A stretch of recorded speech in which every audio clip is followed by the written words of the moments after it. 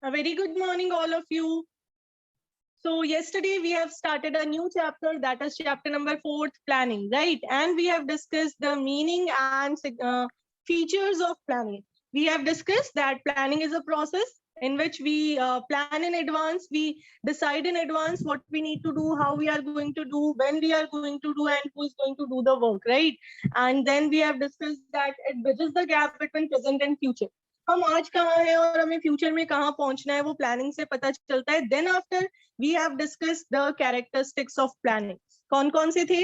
Planning contributes to objective. Planning is continuous process. Planning is pervasive. It is the primary function of management. It involves decision making and it is an intellectual process, right? ये सब हमने पढ़ लिया था. अब जो हमें करना है, आज का जो हमारा न्यू टॉपिक है वो है इम्पोर्टेंस ऑफ प्लानिंग. आप सोचिए, अगर आप प्लान करके चलेंगे तो उसके क्या बेनिफिट्स रहेंगे. अगर मैं कभी भी मेरी एक्टिविटीज प्लान करके चलती हूँ, प्री डिटरमाइंड वे से चलती हूँ, तो उससे क्या होगा? उससे जो सबसे बड़ा बेनिफिट होगा ऑर्गेनाइजेशन के लिए वो ये रहेगा कि उसके एम्प्लॉयज को डायरेक्शन मिल जाएगी. सब कुछ मैनेजर ने प्लान कर लिया, अब एम्प्लॉयज को पता है मुझे तो बस इस डायरेक्शन में मूव करना है. सपोज आप घूमने गए, आपने एक ट्रिप प्लान की, आप घर से निकलने से पहले सोच के गए मुझे पहले यहाँ से यहाँ जाना है, इतना डिस्टेंस है, यहाँ हम इस जगह स्टे करेंगे, उसके बाद में वहां घूमने जाएंगे. तो वहां जाके आपको सोचना नहीं पड़ेगा, जहां भी आप गए आपके पास एक डायरेक्शन रेडी होगा, आपको बस उस डायरेक्शन में मूव करना है. तो पॉइंट नंबर फर्स्ट सिंपल सी बात कह रहा है कि प्लानिंग एम्प्लॉयज के एफर्ट्स को डायरेक्शन प्रोवाइड करती है. प्लानिंग एम्प्लॉयज को क्लियर करती है कि उन्हें कब क्या और कैसे करना है, राइट? उनको पता है कि उनको क्या करना है और किस तरीके से करना है. अब आगे देखिए क्या लिखा हुआ है, इसको रीड करते हैं.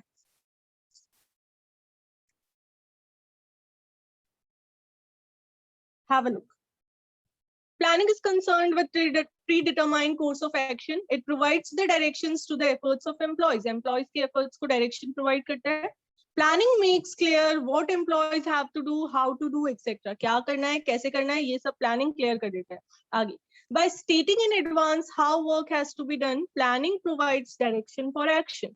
कैसे काम करना है ये एडवांस में बता के प्लानिंग क्या करता है, लोगों के एक्शन को डायरेक्शंस प्रोवाइड करता है कि आपको अब ऐसे ऐसे काम करना है. Employees know in advance in which direction they have to work. Employees को पहले से पता है कि उनको किस डायरेक्शन में मूव करना है, जिसकी वजह से यूनिटी ऑफ डायरेक्शन भी आएगा. हेनरी फ्योल का 6th प्रिंसिपल जो आपने पढ़ा था, यूनिटी ऑफ डायरेक्शन. फिर ये कह रहे हैं अगर प्लानिंग नहीं होगी तो एम्प्लॉयज अलग अलग डायरेक्शन में वर्क करेंगे और ऑर्गेनाइजेशन अपने गोल को अचीव नहीं कर पाएगा. तो फर्स्ट पॉइंट सिंपल सा. सेकेंड देखिए, planning reduces the risk of uncertainties. Uncertainty ऐसी सिचुएशन है जो हमें पता नहीं है, राइट? उसके रिस्क को खत्म तो किया. जैसे आग लगने का डर है तो उसको खत्म नहीं किया जा सकता, आग लगने की चांसेस को हम फिनिश नहीं कर सकते. But what we can do, हम पहले से आग से होने वाले लॉसेस को प्रिवेंट करने के लिए एफर्ट्स कर सकते हैं. फॉर एग्जाम्पल फायर अलार्म लगा लो, फॉर एग्जाम्पल फायर इंश्योरेंस करवा लो, ताकि लॉस बाय फायर को रिड्यूस किया जा सके. अवॉइड करना पॉसिबल नहीं है, फायर अलार्म लगाने के बाद भी थोड़ी बहुत आग लग सकती है, राइट? आप ये नहीं कह सकते कि अनसर्टेनिटी को फिनिश ही कर दिया, दैट इज नॉट पॉसिबल. तो यहाँ पे यही आपको बता रहे हैं कि ऑर्गेनाइजेशन को बहुत सारी, जैसे मैं सिंपल सी बात आपको कहूँ, आप घर से निकले, आप हेलमेट वियर करके निकले, ये आपका प्लान है कि चलो आपको नहीं लेते, किसी और को लेते हैं क्योंकि हमें आगे एक्सीडेंट करवाना है, हम मिस्टर एक्स को ले लेते हैं, ठीक है? मिस्टर एक्स घर से निकले, मिस्टर एक्स का प्लान था कि इनको नेशनल हाईवे पे राइड करना है और ऑलमोस्ट 40 किलोमीटर्स राइड करना है. अब मिस्टर एक्स ने क्या किया, हेलमेट वियर करके निकले, यानी ये पहले से प्लान करके निकले कि भाई मुझे कैसे सेफ्टी मेजर्स लेने. लेकिन क्या ये जरूरी है कि आफ्टर वियरिंग एन हेलमेट उनका एक्सीडेंट नहीं हो सकता? Definitely no. उसके बाद भी एक्सीडेंट हो सकता है, उसके बाद भी चोट लग सकती है. बट अगर आपने सेफ्टी मेजर्स यूज किए हैं तो चोट लगने के चांसेस थोड़े से कम हो जाएंगे. अगर आपने अपनी व्हीकल को अच्छे से सर्विस करवा के रखा है तो लॉस के चांसेस थोड़े से कम रहेंगे. बस that is what planning does. तो वही चीज यहाँ पे लिखी हुई है. चलिए इसको रीड कर दीजिए. हिमाक्षी बेटा read the point. Himakshi Mathur. Yes, ma'am. Yes बेटा, read the second point. Organizations have to face many uncertainties and unexpected situations every day. Planning helps the manager to face the uncertainty because planners try to foresee the future by making some assumptions regarding future, keeping in mind their past experiences and scanning of business environments. The plans are made to overcome such uncertainties. The plans also include unexpected risks such as fire or some other calamities in the organization. The resources are kept aside in the plan to meet such uncertainties. Very good, have a look. क्या कह रहे हैं? ये कह रहे हैं organisation को बहुत सारी अनसर्टेन और अनएक्सपेक्टेड सिचुएशंस फेस आउट करनी है. प्लानिंग की हेल्प से मैनेजर उन अनसर्टेन सिचुएशंस को फोरसी यानी पहले से देखने की कोशिश करता है, एक्सपेक्टेशंस लगाता है कि अगर मुझे ये काम करना है तो इसमें क्या क्या रिस्क है, राइट? वो ये जो वो देख रहा है, वो अजम्पशंस लगा रहा है, वो दो चीजों के बेसिस पे, एक तो बिजनेस एनवायरनमेंट को स्कैन करके और दूसरा अपने पास्ट एक्सपीरियंस के अकॉर्डिंग. उसके बाद में वो प्लान्स बनाएगा उन अनसर्टेनिटीज को ओवरकम करने के लिए कि कैसे इन अनसर्टेन सिचुएशन से बचा जा सकता है. प्लान में सब कुछ आ जाएगा, कुछ अनएक्सपेक्टेड रिस्क, जैसे अगर आग लग गई तो क्या होगा, नेचुरल कैलेमिटी से कोई लॉस हमें फेस करना पड़ा तो हम उस टाइम पे कैसे रिएक्ट करेंगे, और उसके अकॉर्डिंग हम साइड में पहले से रिसोर्सेज रख देते हैं. जैसे आपने अकाउंटेंसी में पढ़ा होगा वर्कमैन कंपनसेशन फंड या एम्प्लॉइज कंपनसेशन फंड. अगर काम करते करते फैक्ट्री में मेरे किसी वर्कर को चोट आ गई तो उसको कैसे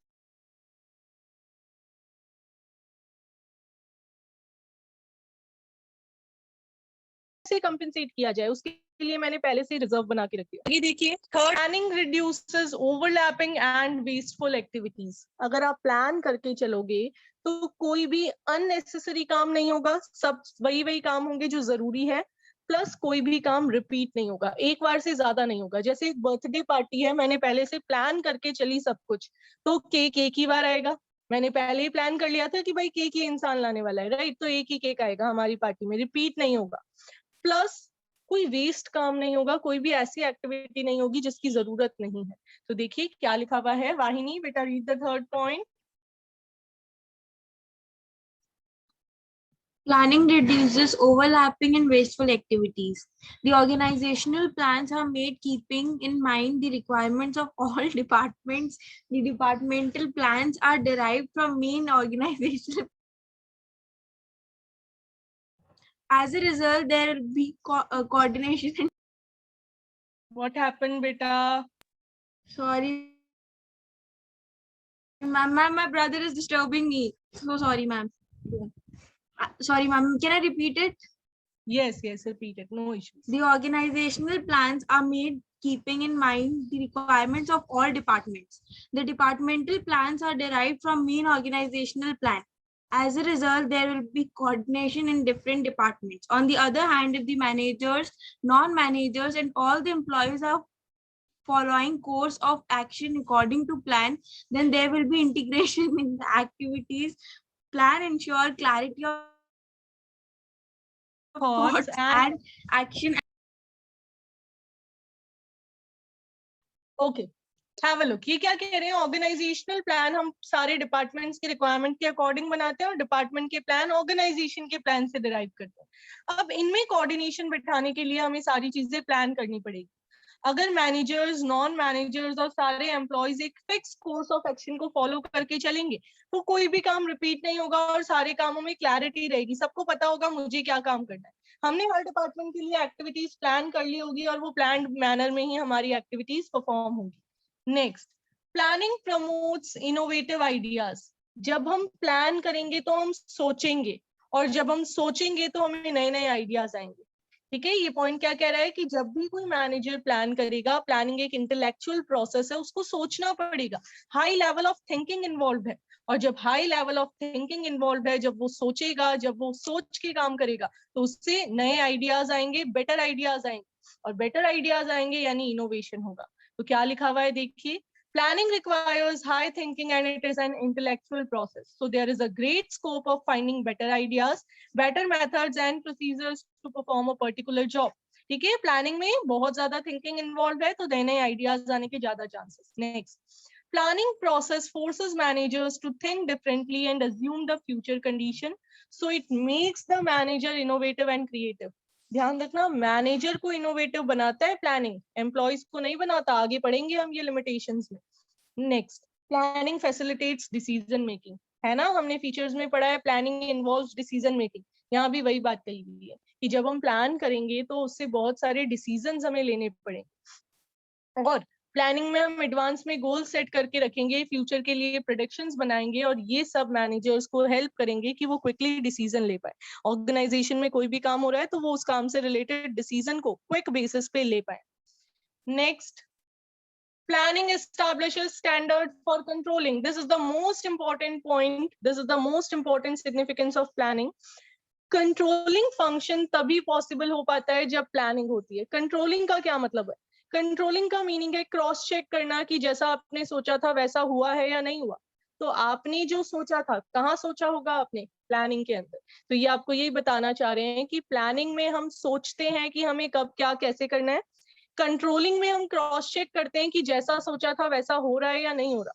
तो क्रॉस चेक करने के लिए you need some base, and the base is given by planning. For example, अगर आपने अपना टारगेट सेट किया that you need to attain 90%, first आपके प्री टर्म के लिए आपने टारगेट सेट किया 90% आपका रिजल्ट रहना चाहिए। अब रिजल्ट आ जाता है, आप अपने रिजल्ट को क्रॉस चेक करते हैं और आपका रिजल्ट रहता है 88%। तो ये मेरे टारगेट से कम है या ज्यादा है, जब मैं इसको चेक कर रही हूँ तो मैं कंट्रोलिंग कर रही हूँ। ये कंट्रोलिंग पॉसिबल तभी हो पाएगी अगर मैंने 90% का टारगेट सेट किया था। अगर मैंने कोई टारगेट ही सेट नहीं किया तो मैं मेरी लास्ट परफॉर्मेंस को इवैल्यूएट भी नहीं कर पाऊंगी, क्रॉस चेक भी नहीं कर पाऊंगी, राइट? देखिए इसको रीड करते हैं। उशान बेटा read the point.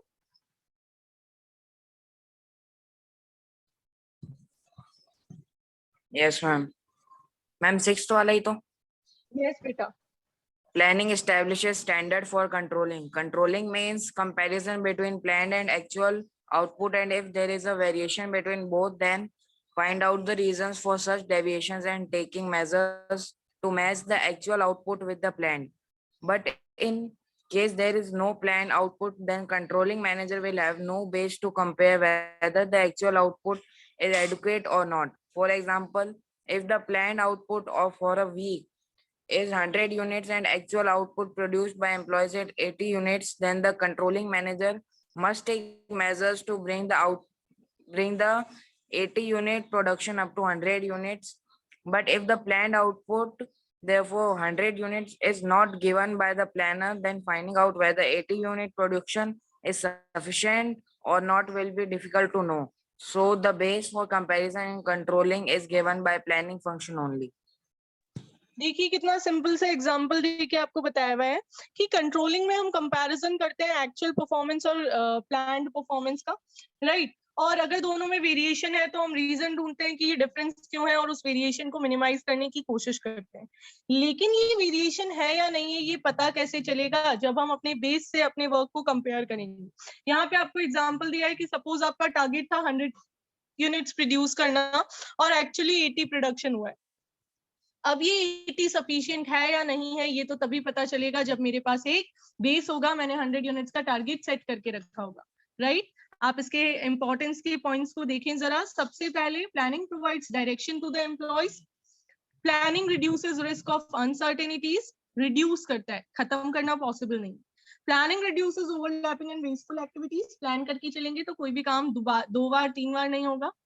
Planning innovative ideas promote करता है, नए नए ideas. Planning decision making facilitate करता है, यानी प्लान करके चलेंगे तो डिसीजंस अच्छे से ले पाएंगे। और प्लानिंग कंट्रोलिंग के लिए एक बेस रेडी करता है। अब इनमें से ये जो 2 पॉइंट्स है, नंबर 2 एंड नंबर 6, ये अलग से 2 मार्क्स में 3 मार्क्स में आ सकते हैं। How planning reduces the risk of uncertainties या how planning establishes standard for controlling. तो आपको ये 1.3 मार्क के अकॉर्डिंग लिखना भी आना चाहिए कि प्लानिंग कैसे स्टैंडर्ड फॉर कंट्रोलिंग सेटअप करता है, ठीक है? आगे बढ़ते हैं। नेक्स्ट देखिए,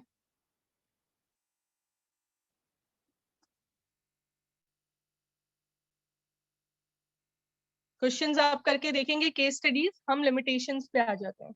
अब सुनिए ध्यान से, प्लानिंग एक ऐसा फंक्शन है जिसके कुछ लिमिटेशंस है, बिना लिमिटेशंस के नहीं। मैनेजमेंट में हमारे सिलेबस में सिर्फ प्लानिंग ही एक ऐसा फंक्शन है जिसकी हमें कुछ लिमिटेशंस पढ़नी है। लिमिटेशन यानी कमियां, प्रॉब्लम्स, ठीक है? अब इसकी कुछ प्रॉब्लम्स ऐसी है जो हमारे कंट्रोल में है, जिसे इंटरनल लिमिटेशंस ऑफ प्लानिंग कहते हैं, और कुछ प्रॉब्लम्स ऐसी है जो हमारे कंट्रोल में नहीं है, जिसे एक्सटर्नल लिमिटेशंस ऑफ प्लानिंग कहेंगे। some limitations which are within the control of organization, जिसको हम कंट्रोल कर सकते हैं, ओवर कम कर सकते हैं, और कुछ जो हमारे कंट्रोल में नहीं है, जिसको हम कंट्रोल नहीं कर पाएंगे। पहले मैं आपको वो लिमिटेशंस करवा रही हूँ जो हमारे कंट्रोल में है ही नहीं, ऐसे लिमिटेशंस जिनको हम कंट्रोल नहीं कर सकते। तो देखिए इजी से पॉइंट्स है। हेडिंग क्या है? External limitations of planning. External limitations, external यानी ये लिमिटेशन मैनेजर के हाथ में नहीं है, मैनेजर के कंट्रोल में नहीं है सेटअप करना। अब देखिए क्या क्या है। Number 1, natural calamity. मैं बहुत अच्छे से प्लान करके चल रही हूँ, मेरी सारी एक्टिविटीज मैंने वेल प्लान कर ली, बट कोई नेचुरल कैलेमिटी आ गई, अर्थक्वेक, फ्लड, फेमाइन, कुछ भी ऐसा हो गया कि मेरा प्लान फेल हो गया, तो ऐसे में मैं कुछ नहीं कर पाऊंगी, चाहे मैंने कितना भी अच्छा प्लान बनाया हो, मुझे लॉस सफर करना पड़ सकता है। ठीक है। Number 2, change in competitors policy. मेरा प्लान दी बेस्ट था, बट मेरा कॉम्पिटिटर मुझसे भी बेस्ट प्लान लेके आ गया। मेरा प्लान था मार्केट में 20% शेयर कैप्चर करना, प्रोडक्ट के साथ एक्स्ट्रा गिफ्ट हैम्पर देके, कॉम्पिटिटर ने प्रोडक्ट पे डिस्काउंट भी दे दिया और गिफ्ट हैम्पर भी दे दिया, तो मेरा प्लान वहां पे सक्सेसफुल नहीं होगा। तो कॉम्पिटिटर को मैं कंट्रोल नहीं कर सकती, right. Number 3, change in test, fashion and trend in the market. मैंने बहुत बढ़िया तरीके से प्लान करके कोई क्लोथ डिजाइन किया और मार्केट में अचानक से दूसरे ही कपड़े की फैशन आ गई, दूसरे ही कपड़े का ट्रेंड आ गया, तो ऐसे में भी मुझे लॉस हो सकता है। तो अगर कस्टमर की टेस्ट, फैशन, प्रेफरेंस ये सब चेंज हो जाते हैं, नेगेटिव डायरेक्शन में चले जाते हैं, तो भी हमारा प्लान फेल हो जाएगा। क्योंकि हम तो सिर्फ एक्सपेक्ट कर सकते हैं ना, कल आप कैसे रिएक्ट करोगे ये मैं सिर्फ एक्सपेक्ट कर सकती हूँ, एक्चुअली मुझे नहीं पता होगा कि आप कैसे रिएक्ट करने वाले हैं। तो अगर बाय चांस मार्केट में कस्टमर के फैशन या टेस्ट चेंज हो जाते हैं, तो उस कंडीशन में प्लान फेल हो जाएगा, प्लानर नहीं कर पाएगा। ठीक है। तो पहला एक्सटर्नल लिमिटेशन जो हमारे कंट्रोल में नहीं होता है, which is beyond the control of management, is any natural calamity. आप बहुत अच्छे से, जैसे आपने एक ट्रिप प्लान किया, आप बहुत अच्छे से प्लान करके गए, इस डेट पे ये करेंगे, वेदर फोरकास्टिंग भी चेक कर ली, बट उसके बाद भी वहां पे कोई नेचुरल कैलेमिटी आ गई जिसकी वजह से आप नहीं घूम पाए, तो ये क्या है? ये आपका प्लान फेल हो गया और ये आपके कंट्रोल में भी नहीं है। सेकंड मैंने आपको बता ही दिया, कॉम्पिटिटर वाला, एंड थर्ड भी। अब देखिए number 4, change in technology. Suddenly new technology आ जाती है और मेरी टेक्निक फेल हो जाती है, तो ऐसे में भी मेरा प्लान सक्सेसफुल नहीं होगा, क्योंकि बहुत जल्दी जल्दी टेक्नोलॉजिकल अपडेट्स करना हर बिजनेसमैन की बस की बात नहीं होती। एंड नेक्स्ट, गवर्नमेंट सडनली कोई पॉलिसी चेंज कर दे, जैसे अनलॉक हुआ सब कुछ, तो हमने प्लान कर लिया, अलग अलग बिजनेसमैन ने प्लान कर लिया, ऐसे करेंगे, ये करेंगे, वो करेंगे, उसके अकॉर्डिंग सारा इनपुट आउटपुट अरेंज कर लिया, और अचानक वापस कोविड के केसेस स्प्रेड हो जाते हैं और गवर्नमेंट की न्यू गाइडलाइन आ जाती है, तो ये प्रॉब्लम हमारे कंट्रोल के बाहर है, इससे हमारा प्लान फेल हो सकता है, हम कुछ भी नहीं कर पाएंगे। Is it okay to everyone? ये पॉइंट्स आराम से समझ में आ गए होंगे। 5 मार्क्स में ये क्वेश्चन भी आ सकता है, explain the limitations of planning which are beyond the control of manager.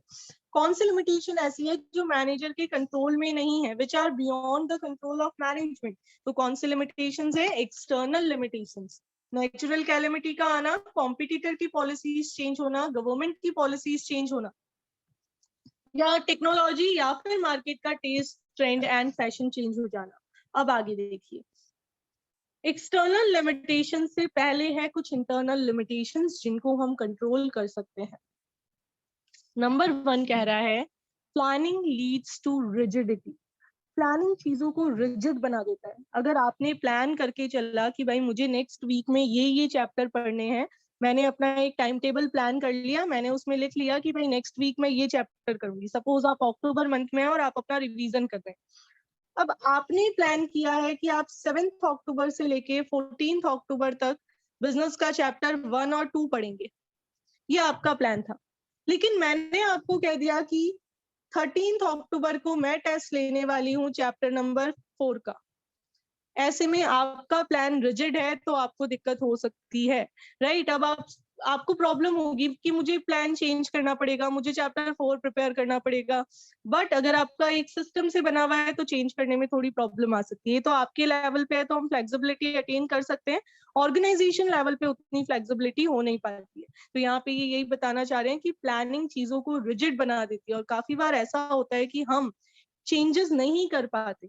अगर आप टाइम के अकॉर्डिंग अपने प्लान को चेंज नहीं कर पाए तो आपको पॉजिटिव रिजल्ट्स नहीं मिलेंगे। वही बात, आपने टाइम के अकॉर्डिंग अपने चैप्टर 1 और 2 को चेंज करके वहां पे 4th चैप्टर को फिट नहीं किया, तो ऐसे में आपको आपके क्लास टेस्ट में प्रॉपर रिजल्ट नहीं मिल पाएगा, जिससे आपको डिफिकल्टी फेस करनी पड़ सकती है। तो देखिए क्या लिखा हुआ है, once plans are made to decide the future course of action, the manager may not be in a position, may not be यानी हो सकता है कभी कभी कि वो उनको चेंज करने की पोजीशन में ना हो। Now following pre-decided plan when the circumstances are changed may not bring positive results for organization। जब सिचुएशंस चेंज हो गई उसमें भी आप प्री डिटरमाइंड प्लान को फॉलो करोगे तो हो सकता है पॉजिटिव रिजल्ट्स ना आए। दिस काइंड ऑफ रिजिडिटी में क्रिएट डिफिकल्टी, अगर ऐसी रिजिडिटी आ गई तो आपको प्रॉब्लम्स फेस करनी पड़ सकती है। आगे देखिए, planning may not guarantee planning may not work in dynamic environment।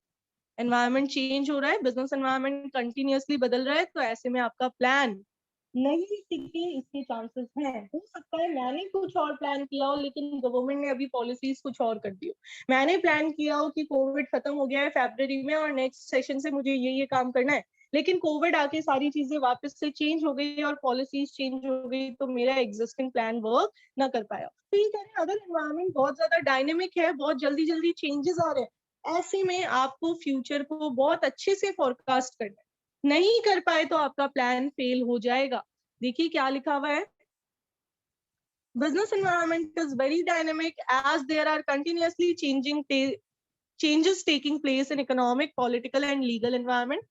It becomes very difficult to forecast these future changes. Plans may fail if the changes are very frequent। ये कह रहे हैं बहुत मुश्किल हो जाता है फ्यूचर चेंजेस को फोरकास्ट करना। अगर चेंजेस बहुत फ्रीक्वेंटली आ रहे हैं, बहुत जल्दी जल्दी आ रहे हैं, तो ऐसे में प्लान सक्सेसफुल नहीं रहेगा। फिर एनवायरनमेंट में बहुत सारी चीजें होती है, सबको असेस करना तो पॉसिबल नहीं है। हो सकता है मैंने गवर्नमेंट पॉलिसीज को एनालाइज कर लिया तो सोशल एनवायरनमेंट में अलग चेंज आ गया हो, सोशल को कर लिया तो टेक्नोलॉजी में अलग आ गया हो। तो ऐसे अलग अलग चेंजेस को आप अगर आइडेंटिफाई नहीं कर पाए तो आपका प्लान सक्सेसफुल नहीं होगा। 2 पॉइंट्स पढ़े हमने, क्या क्या? Number 1, planning leads to rigidity, and number 2, planning may not work in dynamic environment। Third देखिए, प्लानिंग रिड्यूसेस क्रिएटिविटी। अभी हमने मैरिज में पढ़ा था, इंपॉर्टेंस में पढ़ा था, प्लानिंग प्रमोट्स इनोवेटिव आइडियाज, और अब हम पढ़ रहे हैं प्लानिंग रिड्यूसेस क्रिएटिविटी। तो एक कॉन्ट्रास्ट है अपने आप, right? Planning innovative ideas promote करेगा बट सिर्फ लिमिटेड लेवल तक। जो मैनेजर्स प्लान पे फोकस कर रहे हैं, जो बहुत ज्यादा इंटेलेक्चुअल वर्क कर रहे हैं, उनके तो थिंकिंग लेवल स्प्रेड होगा, लेकिन बाकी के जैसे मिडिल लेवल मैनेजर्स हैं या लोअर लेवल मैनेजर्स हैं जिनके लिए एग्जैक्ट प्लान बन के रेडी आ गए, अब वो अपना दिमाग नहीं लगाएंगे, अपने एफर्ट्स नहीं करेंगे उस प्लान को चेंज करने के लिए, वो उस प्लान के रिजिड फॉलोअर बन जाएंगे। मैंने आपके लिए एक प्लान बना के दे दिया तो मेरे माइंड में इनोवेटिव आइडियाज आ गए होंगे, ऐसे करना है, ऐसे करना है, ऐसे करना है। अब आपको मैंने प्लान बना के दे दिया पेपर पे कि बेटा आपको तो ये फॉलो करना है, आपको इस सीक्वेंस में काम करना है, तो ऐसे में आपकी क्रिएटिविटी वहां पे रिड्यूस हो जाएगी, राइट? तो ये वही कहना चाह रहे हैं, जो लोग प्लान को एज इट इज फॉलो करते हैं उनकी क्रिएटिविटी रिड्यूस हो जाती है, वो सजेशंस देना स्टॉप कर देते हैं। उनको लगता है ये ऐसे प्लान हो रखा है तो ऐसे ही हमें काम करना है, ऐसे ही काम करना है, तो वो बस ब्लाइंड फॉलोवर बन जाते हैं प्लान के। ठीक है, आप इसको अच्छे से रीड करना, आपको समझ आ जाएगा। मैं कोशिश करती हूँ कि लिमिटेशंस हम अभी कंप्लीट कर ले। आगे देखिए, प्लानिंग इन्वॉल्व्स ह्यूज कॉस्ट। कल हमने पढ़ा था ना, इंटेलेक्चुअल प्रोसेस है, इंटेलेक्चुअल प्रोसेस है तो एक्सपर्ट्स की जरूरत पड़ती है। काफी बार ऑर्गेनाइजेशन में जब हम प्लान कर रहे होते हैं तो हमें एक्सपर्ट्स की जरूरत पड़ती है। जब इन एक्सपर्ट्स को हायर करते हैं तो इनको पैसा देना पड़ता है, ये हाई फीस चार्ज करते हैं अपने, हम कह सकते हैं कंसल्टेशन चार्जेस जिसे कहते हैं। ठीक है, तो ये प्लानिंग की वजह से जब हम इन एक्सपर्ट्स को हायर करते हैं तो हमारे कॉस्ट और एक्सपेंसेस इंक्रीज हो जाते हैं। अब एग्जैक्टली यही चीजें लिखनी जरूरी है। कैसे? ये वर्ड आना चाहिए कि ये इंटेलेक्चुअल प्रोसेस है। इंटेलेक्चुअल प्रोसेस है इसलिए प्रोफेशनल एक्सपर्ट्स रखने पड़ते हैं।